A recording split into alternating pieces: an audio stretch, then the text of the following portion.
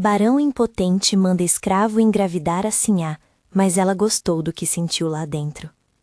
Aviso: esta história trata de escravidão e violência sexual. A descrição de coerção e sofrimento. Recomenda-se cuidar ao acompanhar. Quando o poder confunde a fome de um nome com o destino de corpos, nascem histórias que correm de boca em boca, passadas como relato e lamento. É assim que começa a que vos trago. Em uma fazenda de Minas no século XIX, onde o título de um homem valia mais que o choro de uma mãe, e onde o grito era muitas vezes abafado pelo rangido das rodas do engenho.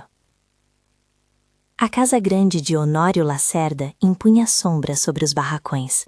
O barão, senhor de vasta terra e de poucos amigos, tinha fortuna e orgulho, mas faltava-lhe o que a sua linhagem mais cobiçava: herdeiros.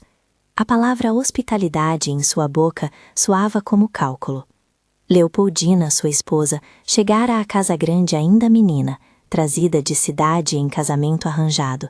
Tinha olhos que guardavam novelas, e um caderno com letras que ninguém lhe permitira abrir. Camal vinha de muito além, dos ecos da costa africana. Sua mãe, Luanda, ensinara-lhe cantos e ervas, gestos que curavam febres e saudade. Na senzala era tido por muitos como guia, forte no corpo, mais ainda na palavra. Habitava ao respeito de quem suportara e persistira. O feitor era um instrumento da ordem, aquele que transformava as vontades do Senhor em açoite e prazos. Numa tarde de céu pesado, o chamado veio pelo corredor. Camal, fica a postos.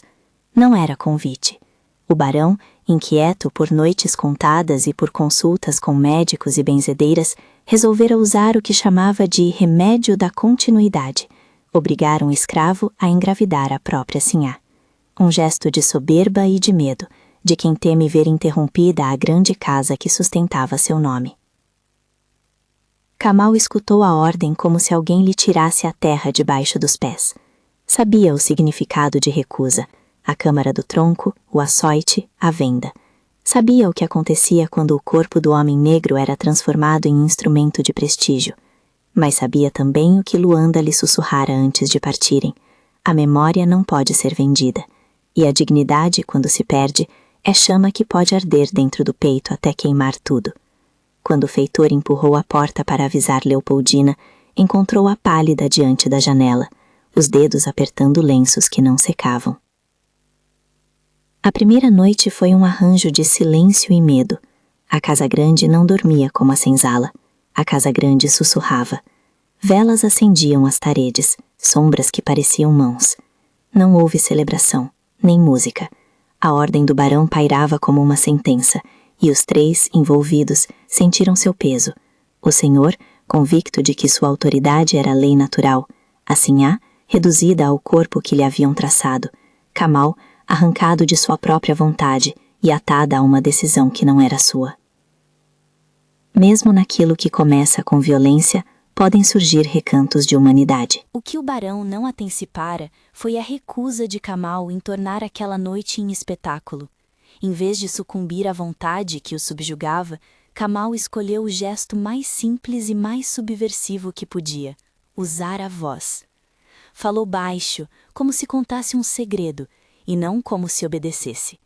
Não falou para ser duro, mas para lembrar que cada um ali era gente, feita de lembranças e de faltas. Leopoldina ouviu. Havia nele uma cadência de canções que a lembrava de coisas que ela, por falta de companhia, nunca aprendera. Palavras ditas em tom de oração, citações de um outro mundo. A noite não foi consumada conforme o plano do barão.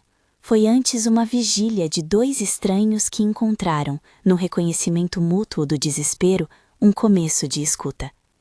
Poder-se-ia dizer que foi ali que algo mudou. Não o arbítrio, não o sistema que os aprisionava, mas a maneira como seus corpos e almas se apropriaram do que lhes restava. Camal, que podia ter transformado a madrugada em bruta obediência, escolheu manter a dignidade. Leopoldina, que podia atender ao papel que lhe impuseram, respondeu com perguntas e com memórias. Os encontros seguintes reduziram a distância que o medo tentara impor. Não foram muitas as noites. O barão não dava liberdades, mas o suficiente para que aparecessem conversas que jamais haviam passado pela casa grande. Leopoldina trouxe livros que conseguira esconder sobre a roupa. Leu para Kamal em voz trêmula as formas dos nomes. As primeiras cartas do alfabeto tornaram-se bilhetes trocados. Ele, por sua vez, trouxe ervas e histórias de Luanda. Ensinou-lhe que certas folhas acalmam a febre, que determinados rituais não são milagres, mas modos de lembrar os que partiram. À luz das velas, aprenderam um do outro. Quando o vulgo tenta reduzir pessoas a funções, é a troca que se resiste. Havia, no entanto, sempre a sombra do arbítrio. O barão vigiava com olhos de vidraça. Dizia-se que dormia poucas horas e inspecionava o ventre da mulher com a gula de quem conta moedas. Quando a notícia da gravidez se insinuou, foi primeiro sussurro na cozinha, depois rumor no terreiro, até que alcançou as janelas da casa grande. Para o barão, a gravidez soava como o cumprimento final de um plano que ele acreditava perfeito. Para Leopoldina, era medo e perplexidade. Não sabia se o fôlego que crescia em seu ventre pertencia ao amor ou àquilo que o Senhor exigira. Para Kamal, surgiu um novo conflito, entre o medo de perder tudo e a vontade de proteger aquele que podia ser parte de si, ainda que o princípio fosse uma violência. Quando a criança nasceu, foi na tarde de um céu claro e a casa grande encheu-se de gente. O barão recebeu a notícia como um rei recebe boas novas, como se a fortuna tivesse retornado. Mas a verdade tem formas que não se dobram à vontade dos homens. O bebê trouxe à luz traços que não combinavam com a fisionomia do Senhor. Olhos escuros como a noite do norte, pele que guardava o sol de longe. A cidade cochichou. A honra, essa moeda que se mede em aparências, vacilou na mão do barão. A reação foi rápida e grave. Em praça pública, o barão vociferou sobre a vergonha, sobre a traição que acreditava patente, ordenou, em brados que tremeram no contraforte das paredes, que Kamal fosse punido e levado embora. A venda do escravo foi decretada como resposta que doía na vaidade. No dia da saída, a senzala se apertou num suspiro coletivo. Kamal, com as mãos algemadas e os olhos secos, olhou Leopoldina pela última vez. Ela, por sua vez, segurou a criança junto ao peito, como se a presença da menina pudesse repelir o golpe do Senhor. As freiras do convento, de gesto discreto, intervieram onde a lei social falhava. Salvaram a menina das mãos do barão, levando-a para a segurança das paredes do mosteiro, para ser criada entre orações e leituras. Um lugar onde, num mundo que lhes legava a promessa, ainda existia um fio de cuidado. A venda de Kamal foi feita ao norte, para terras de cana onde o sol trabalha a carne sem piedade. Foi uma separação que cortou como navalha. Na memória do homem, Luanda reaparecia em lembranças e canções. A mãe que pregara coragem em cada verso, que dizia que resistência se faz em cada gesto cotidiano. Kamal foi levado, amarrado a um destino cuja fúria nem o gesto da fé poderia abrandar. Ainda assim, não permitiu que a vida se tornasse apenas conformidade. Aprendeu a sobreviver, a ser um ombro de força onde podia, a ensinar crianças porque, mesmo longe, ensinar era a forma de resistência. E quando uma oportunidade de fuga se abriu, pequena, insegura, talvez improvável, ele a agarrou. Foi uma decisão feita a custo de noites de medo, planos necrosados por esperança e de um amor que não pedia reconhecimento para cumprir sua promessa. Décadas passaram com a lentidão dos caminhos de terra. A menina, criada entre preces, tornou-se mulher na cidade. Recebeu o nome de quem a acolhera, aprendeu a ler florindo entre as paredes do convento. Seu riso, por vezes, carregava um canto que ninguém sabia de onde vinha. A cidade cresceu ao redor do velho engenho. As casas multiplicaram-se como braços que tentavam abrigar a vergonha antiga. Kamal, homem marcado por açoites e memórias, retornou ao sul depois de anos. Veio sem alarde, sem selo de homem de fortuna.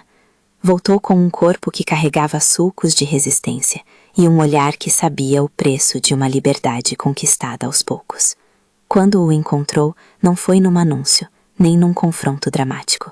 A filha vivia discretamente numa casa perto da matriz da cidade, envolvida em ofícios e em leituras que lhe haviam sido dadas pelas freiras.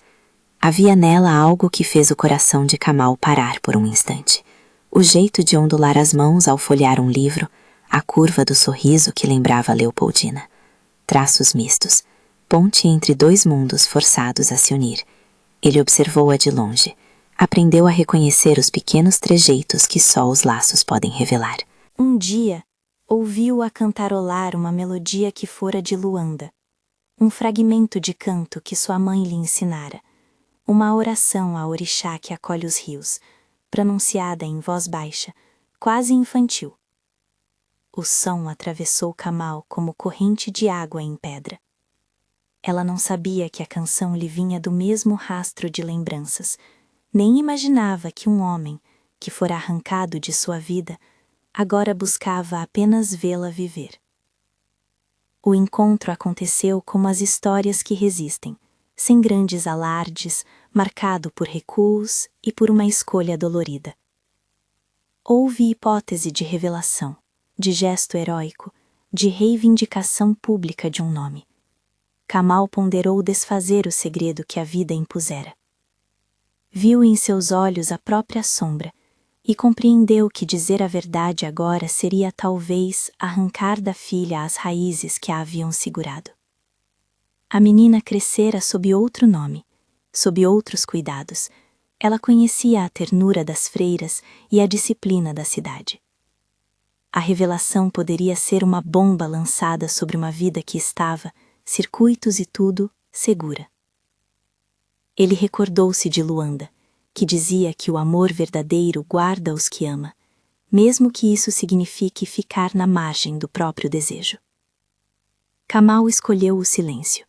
Foi uma decisão que teve gosto de sangue e de paz, não por covardia, mas por um amor que se convertia em proteção. Ele passou mais alguns dias vendo-a de longe. Viu-a caminhar ao mercado, viu-a ler sentada sobre uma jaqueira, viu-a sorrir para as crianças da rua. Havia em tudo sinais de que a menina vivia algo que o sistema negara: estudo, abrigo, liberdade mesquinha, mas liberdade à sua maneira. E bastou. Antes de partir, deixando a cidade e a casa grande como quem deixa um palco de dor, Kamal deixou um pequeno feito de seu passado, não uma palavra, mas uma prática de sua terra. Em segredo, plantou junto ao caminho algumas ervas que a menina havia aprendido a reconhecer nos livros. Sabia que um dia aquelas folhas poderiam tocar as mãos dela, e que a lembrança de um remédio antigo poderia, sem revelar nomes, transmitir cuidado. O barão morreu tempo depois, consumido pelas contradições de sua própria vida. Tinha no nome o que a história não podia lhe devolver, um sobrenome inteiro e a sensação de que perdera algo que nunca forjara. A casa grande continuou de pé, fachada e sinos, mas as histórias que correm de boca em boca já haviam feito seu trabalho. O rumor de uma menina que andava entre dois mundos, de um homem que voltara e partira, de freiras que salvaram um futuro. No fim, o que ficaram foram imagens que não se vendem. O vento no canavial que pareceu por um instante sussurrar os nomes que o barão não soube proteger. A estrela que uma vez apareceu sobre a senzala, como se lembrasse aos que ali viviam que haveria, talvez, uma contagem de justiça ainda por vir. Há quem diga que Kamal morreu livre, longe das correntes, talvez na mesma terra que o acolhera depois da fuga. Há quem afirme que viveu como um homem que aprendeu a carregar memórias, sem se tornar escravo delas. A filha, por sua vez, cresceu com um nome novo e uma vida que não necessariamente precisou do registro de quem a gerara para ser legítima. Foi-se o homem que tentou usar o corpo alheio para fincar seu tronco de família. Ficou, imperecível, a filha que cresceu em saberes trocados e em doces que ninguém mais sabia fazer. Entre as lembranças que persistem, há uma que se repete como refrão. O amor pode germinar em solo árido e, embora não cure as feridas do arbítrio, deixa sementes que atravessam gerações. Essa menina, cuja origem fora trama de dor e desejo de posse, cresceu para viver um outro destino. Educada, curiosa, dona de leituras que lhe abriram janelas. Kamal, por sua vez, tornou-se lenda entre os que sobreviveram às liberdades negadas. Seu nome circulou baixo, acompanhado de canções de Luanda e de pequenas receitas de ervas que curavam nervos e saudades. A memória desta história é dizer que, por mais que as casas se achem donas das vidas, a vida encontra modos de transbordar. Não era o que o barão planejara. Para ele era questão de linhagem, para os outros foi questão de existir sem pedir licença. É por isso que as freiros, que guardavam livros com mãos calejadas pelo trabalho e pela fé, continuaram a ensinar a ler e a costurar. É por isso que, sob as jaqueiras e as janelas, as canções de Luanda ecoaram, ensinando gerações a reconhecer que não há crime maior do que reduzir alguém a peça de exibição. Se há ensinamento final, é que o silêncio pode ser escolha de proteção, e o reconhecimento pode se dar sem proclamação. Kamal escolheu partir para que a filha pudesse viver sem o estigma de um passado que a sociedade criara. Escolheu o anonimato por amor. Em vez de romper uma vida já erguida, preferiu ser presença que passa como vento, impossível de prender, capaz de sacudir o canavial e, por isso mesmo, de lembrar aos que ficaram que as raízes dos oprimidos são mais profundas do que a superficialidade das honras. E assim a história segue, passada de boca em boca, às vezes com adições, outras com omissões, mas sempre com o mesmo núcleo. O barão que exigiu um herdeiro e errou na escolha dos meios. Assim há que encontrou no próprio aprisionamento uma porta para a humanidade. O escravo que, arrancado e vendido, retornou e escolheu o silêncio como forma de amor. No céu da lembrança, a canção de Luanda permanece. Nas mãos que aprenderam a ler e a curar, a herança segue viva. Se esta narrativa tocou seu coração, curta e deixe um comentário para que mais gente conheça as vidas que a história oficial quis esquecer. Quando se fecha a cortina desse episódio, resta a sensação de que a vida se recusa a ser reduzida ao interesse de um só. A filha, cujo nome carregava qualquer coisa que as freiras escolheram como abrigo, seguiu adiante. As ervas plantadas por Kamal cresceram. As letras que Leopoldina ensinara serviram de ponte para mundos que ninguém imaginara. A memória fez justiça simbólica. Você que ouviu esta história, guarde-a como quem guarda uma vela acesa em noite de tempestade. Conte-a a quem precisa ouvir que o amor, mesmo nascido em circunstâncias monstruosas, pode transformar-se em cuidado e em legado. Compartilhe para que outros não esqueçam das vozes que, caladas por séculos, ainda encontram modos de falar. Se quiser continuar descobrindo histórias que lembram vidas apagadas pela cronologia dos poderosos, inscreva-se e compartilhe este vídeo com alguém que precisa lembrar que a memória é resistência.